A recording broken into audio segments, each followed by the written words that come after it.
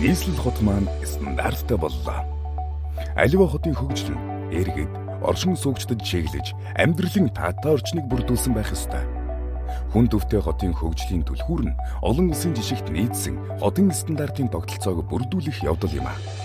Тэгвэл хотын стандарт гэж юу вэ?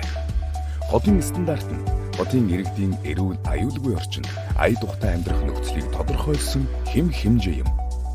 Хотын стандартыг мөрдүүлснээр иргэдийн амьдралын таатай орчин бүрдэхийн зэрэгцээ, орчны ая тухтай, эрүүл аюулгүй байдал хангагдж, хөрөнгө оруулалтын үр ашиг дээшлэн, улс орны эдийн засаг, нийгэмд бодиттой эерэг нөлөө үзүүлнэ.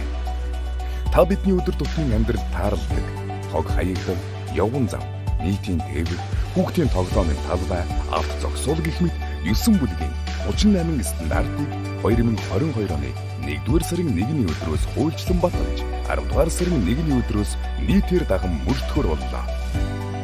Бид хотын стандартыг мөрдөж, амьдралдаа хэвшүүлснээр дэлхийн жишгт хүрэх стандарттай хотыг бий болгож чадна.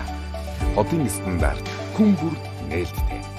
Хотын стандартыг бүх нийтээрээ дагаж мөрдөн, иргэнэ дээдэлсэн эрүүл аюулгүй, цэвэр цэнцгэр, тэгш хүртээмжтэй хотын төлөө хамтдаа зүтгэцгээе.